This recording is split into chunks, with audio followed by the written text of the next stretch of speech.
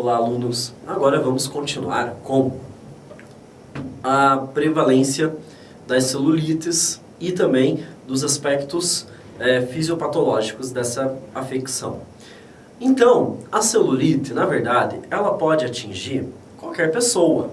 Pode atingir tanto o homem quanto a mulher. Ela não tem,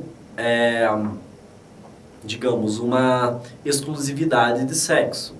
Também pode aparecer em qualquer idade, porém é mais comum aparecer a partir da puberdade. E isso tem um motivo, não é tão comum acontecer em crianças, a não ser que as crianças sejam excessivamente obesas, estejam muito acima do peso, aí a criança pode ter então celulite. Porém, a celulite ela é mais comum de aparecer nas mulheres.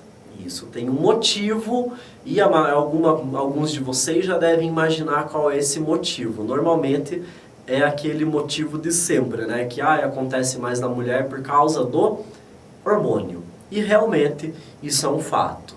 As celulites atingem mais as mulheres devido ao comportamento do hormônio estradiol e nós já vamos falar sobre isso.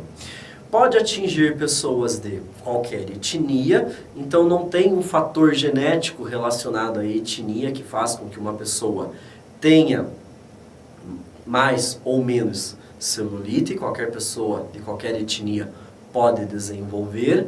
E aí vem a notícia ruim, né?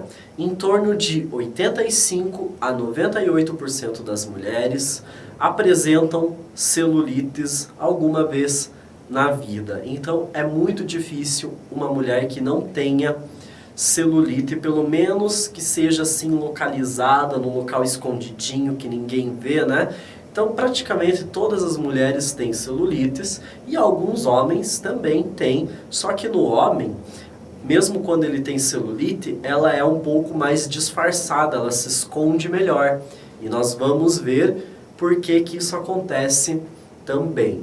E a celulite, ela pode durar a vida toda. A celulite é uma coisa que é bem difícil de ser tratada, dependendo do grau e da extensão das celulites. Então agora a gente vai falar sobre a etiologia das celulites, ou seja, qual que é a causa, o que que leva uma pessoa a ter celulites. E aí vem o ponto muito importante sobre esse problema.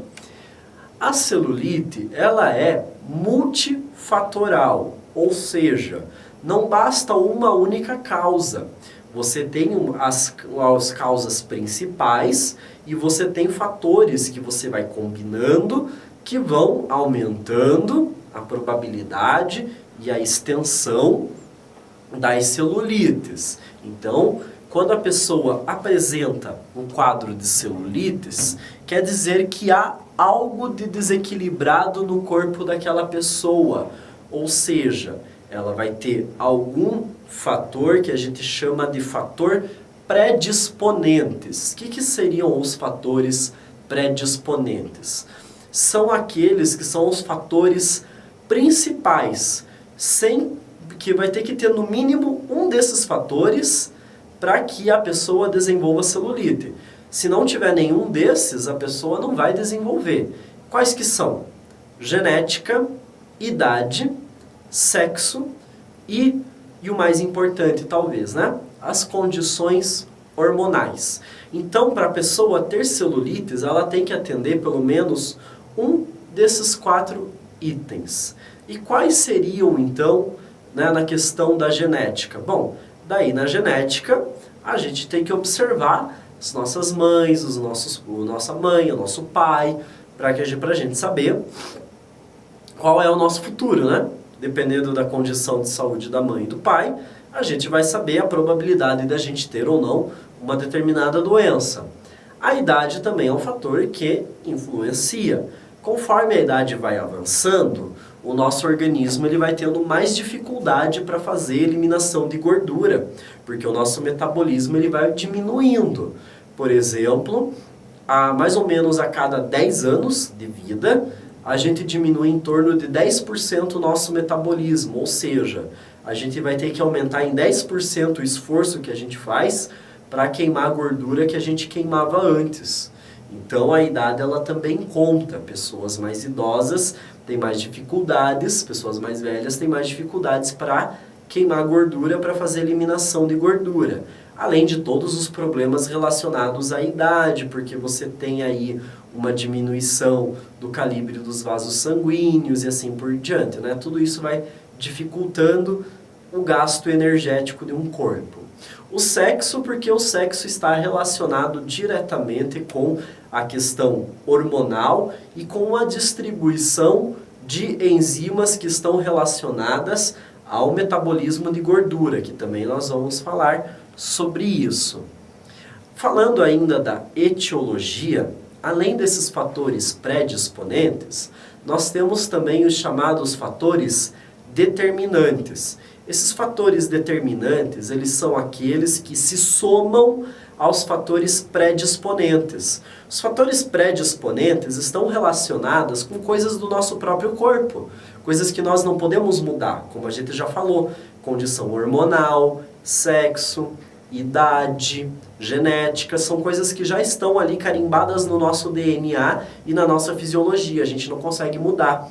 E esses fatores determinantes, eles estão relacionados mais com hábitos de vida, comportamentos e uma ou outra doença que vão se somar aos fatores predisponentes e vão agravar ou acelerar a formação de celulites.